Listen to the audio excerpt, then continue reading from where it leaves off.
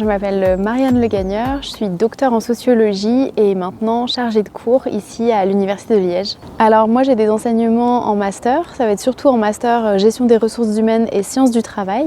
Et j'ai plusieurs enseignements qui vont viser à essayer de comprendre les mondes du travail, leur reconfiguration dans un système capitaliste. On parle beaucoup, justement, on parle de télétravail, on parle de la manière dont il peut y avoir des inégalités dans ces mondes du travail.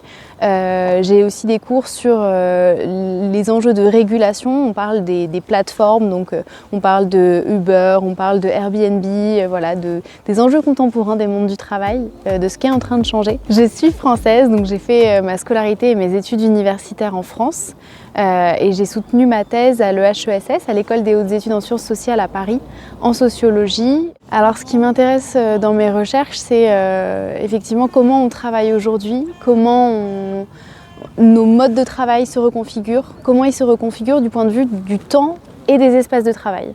Donc comment est-ce que ces endroits, ces moments où on travaille, ils viennent se flexibiliser, on pourrait dire ça.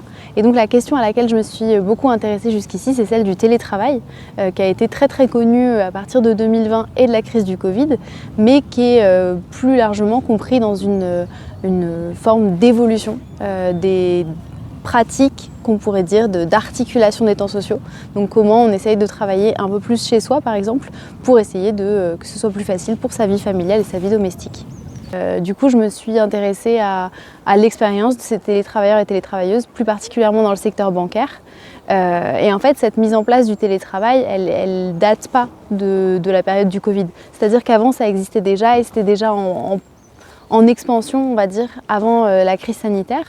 Les premières expérimentations qu'on trouve au sujet de ce télétravail en Europe, elles sont autour des années 70. Donc c'est quand même un objet assez ancien qui, malgré tout, a pris une ampleur vraiment très importante de manière contemporaine. Même s'il y a ce boom contemporain en raison de la crise sanitaire, c'est pas forcément quelque chose de nouveau et ça s'intègre dans des projets de loi antérieurs et qui précèdent bien cette crise sanitaire.